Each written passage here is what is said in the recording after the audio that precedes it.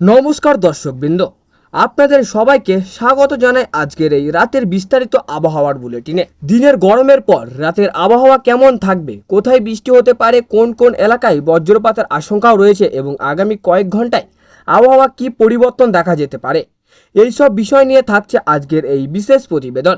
বর্তমানে দক্ষিণ পশ্চিম মৌসুমী বায়ু ভারতীয় উপমহাদেশে বিস্তীর্ণ অঞ্চলে সক্রিয় রয়েছে। এর প্রভাবে পশ্চিমবঙ্গ, বাংলাদেশ ও পার্শ্ববর্তী বিভিন্ন এলাকায় মেঘের আনাগোনা বৃদ্ধি পেয়েছে। দিনের বেলায় যেসব এলাকায় রোদ ও গরম ছিল, রাত বাড়ার সঙ্গে সঙ্গেই সেখানে মেঘ জমে বৃষ্টির সম্ভাবনা তৈরি হতে পারে। বিশেষ করে সন্ধ্যার পর থেকে মধ্যরাত পর্যন্ত সময়ে অনেক জেলায় বজ্রসহ বৃষ্টির সম্ভাবনা দেখা যেতে পারে। পশ্চিমবঙ্গের দক্ষিণাঞ্চলের জেলাগুলিতে মধ্যে কলকাতা, হাওড়া, হুগলি, উত্তর চব্বিশ পরগনা, দক্ষিণ চব্বিশ পরগনা, পূর্ব মেদিনীপুর, পশ্চিম মেদিনীপুর, নদিয়া এবং মুর্শিদাবাদ জেলায় রাতের আকাশ আংশিক মেঘলা থেকে মেঘাচ্ছন্ন থাকতে পারে। কিছু কিছু এলাকায় হালকা থেকে মাঝারি বৃষ্টিপাতের সম্ভাবনাও রয়েছে। কোথাও কোথাও বজ্রপাত এবং দমকা হাওয়া বইতে পারে। রাতের তাপমাত্রা সাধারণত 26 থেকে 29 ডিগ্রি সেলসিয়াসের মধ্যে থাকতে পারে। বাতাসের আর্দ্রতা বেশি থাকায় গরম কিছুটা অস্বস্তিকর অনুভূত হতে পারে। উত্তরবঙ্গের দার্জিলিং, কালিম্পং, জলপাইগুড়ি, আলিপুরদুয়ার এবং কোচবিহার জেলায় রাতভর বিভিন্ন বিক্ষিপ্ত বৃষ্টিপাতের সম্ভাবনা রয়েছে। পাহাড়ি এলাকাগুলিতে মাঝারি থেকে ভারী বৃষ্টিও হতে পারে। পাহাড়ি সড়কে চলাচলের সময় অতিরিক্ত সতর্ক অবলম্বন করার পরামর্শ দেওয়া হয়েছে। বাংলাদেশের আবহাওয়ার দিকে তাকালে দেখা যাচ্ছে যে ঢাকা সহ দেশের অধিকাংশ বিভাগের রাতের দিকে মেঘের পরিমাণ বৃদ্ধি পেতে পারে। ঢাকা, চট্টগ্রাম, সিলেট, খুলনা, বরিশাল, রাজশাহী, ময়মনসিংহ এবং রংপুর বিভাগের বিভিন্ন জেলায় বজ্রসহ বৃষ্টির সম্ভাবনা রয়েছে। কোথাও কোথাও মাঝারি ধরনের বৃষ্টিপাতও হতে পারে।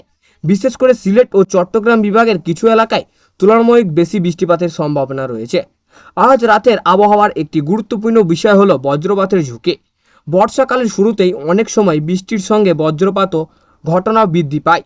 তাই যারা রাতে বাইরে বেরোবেন কাজ করার জন্য বা যাতায়াত করেন, তাদেরকে সতর্ক থাকার পরামর্শ দেওয়া হয়েছে। বজ্রপাত শুরু হলে গাছের নিচে আশ্রয় না নেওয়াই ভালো। খোলা মাঠ, নদীর তীর বা উঁচু স্থানে অবস্থান করা ঝুঁকিপূর্ণ হতে পারে। রাতের বাতাসের গতিবেগ সাধারণত ঘন্টায় 10 থেকে 25 কিলোমিটার পর্যন্ত থাকতে পারে। তবে বজ্রঝড়ের সময় দমকা হাওয়ার গতি কিছুটা বেড়ে যেতে পারে। উপকূলীয় এলাকাগুলিতে বাতাসের প্রবাহ তুলনামূলক বেশি অনুভূত হতে পারে। মৎস্যজীবীদের জন্য সমুদ্রের আবহাওয়ার পর্যবেক্ষণ করে পার্শ্ববর্তী সিদ্ধান্ত নেওয়ার পরামর্শ দেওয়া হয়েছে। আজ রাতেই আর কয়েকটি উল্লেখযোগ্য বিষয় হলো আর্দ্রতার তাপমাত্রা। অধিকাংশ এলাকায় বাতাসের জলীয় বাষ্পের পরিমাণ বেশি থাকবে, ফলে তাপমাত্রা খুব বেশি না থাকলেও গরমের অনুভূতি কিছুটা বেশি থাকতে পারে। যারা বয়স্ক ব্যক্তি বা শ্বাসকষ্টজাতিক সমস্যায় ভুগছেন, তাদের পর্যাপ্ত জল পান করা এবং প্রয়োজনে ঠান্ডা পরিবেশে থাকার পরামর্শ দেওয়া হয়েছে। কৃষকদের জন্য আজকে রাতের আবহাওয়ার বিশেষ গুরুত্বপূর্ণ। যেসব এলাকায় বৃষ্টির সম্ভাবনা রয়েছে সেখানে আমন ধানের জমিতে পর্যাপ্ত আর্দ্র বজায় থাকবে।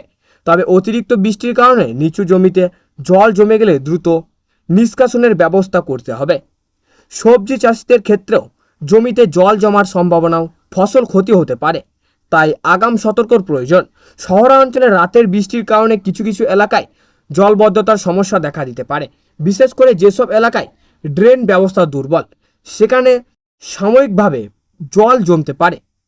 তাই রাতের যাতায়াত পথে যানবাহন চলাচলের সতর্ক থাকার সঙ্গে চালানোর অনুরোধ করা হয়েছে। আগামী 24 ঘন্টায় আবহাওয়ার পূর্বাভাস অনুযায়ী মৌসুমী বায়ু সক্রিয় আরও কিছু বৃদ্ধি পেয়েছে। এর ফলে আগামীকালও অনেক এলাকায় বৃষ্টির সম্ভাবনা থাকবে। কোথাও কোথাও মাঝারি থেকে ভারী বৃষ্টিপাতও হতে পারে। তাপমাত্রা সামান্য কমলেও আর্দ্র বেশি থাকায় গরম অনুভূতি পুরোপুরি কমবে না। সার্বজনীনভাবে বলা যায় আজকে রাতের আবহাওয়ার খবরে বর্ষাকালের বৈশিষ্ট্য ভরপুর। আকাশের মেঘ মাঝে মাঝেই বৃষ্টি, বজ্রপাতের সম্ভাবনা এবং আর্দ্র অধিকাক্ষ সব মিলিয়ে একটি আদর্শ বর্ষার রাত অপেক্ষা করছে। তাই বাইরে বের হলেই অবশ্যই ছাতা বা রেনকোট সঙ্গে রাখুন এবং আবহাওয়ার সর্বশেষ তথ্যর দিকে নজর রাখুন।